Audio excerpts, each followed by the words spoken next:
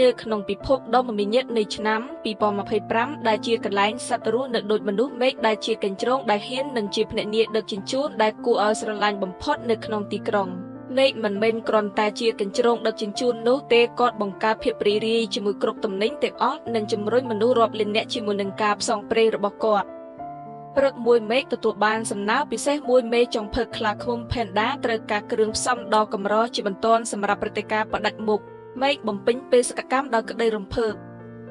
មេឃចាប់ផ្ដើមដំណើរដ៏គួរឲ្យរំភើបតាមរយៈភ្នំព្រៃឈើនិងទន្លេដើម្បីចែកចាយកញ្ចប់នៅតាមផ្លូវគាត់ប្រើឧបករណ៍ AI ឆ្លាតវៃដើម្បីរុករកនិងបង្កើនប្រសិទ្ធភាពផ្លូវរបស់គាត់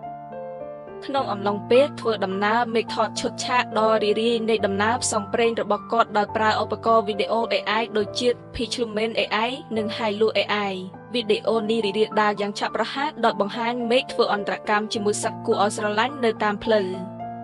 មេឃទៅដល់ផ្ទះបាយមេឃចុងភៅខ្លាឃ្មុំផេនដាទាន់ពេលដោយចែកចាយគ្រឿងផ្សំដ៏កម្រខ្លាឃ្មុំផេនដាបានជំរុញឲ្យមានគំនិតវីដេអូមួយទៀតគឺឲ្យមេឃបង្ហោះនៅលើអ៊ីនធឺណិតនិងទទួលបានអ្នកចូលចិត្តរាប់លានចង់បង្កើតវីដេអូដូចមេឃអភន្តរសញ្ញាអសមែនទេប្រើឧបករណ៍ AI ដូចជា Hailu AI សម្រាប់ចលនា Pitchlumen AI សម្រាប់ការសរសេរ script និង Samno AI សម្រាប់បទភ្លេងផ្ទាល់ខ្លួនដោយប្រើឧបករណ៍ដូចជា CapCut សម្រាប់ការកែសម្រួលនិង ChatGPT GPT សម្រាប់ការជំរុញអ្នកអាចនាំមកនៅគំនិតរបស់អ្នកឲ្យរស់រវើកនិងរីកចម្រើនទស្សនិកជន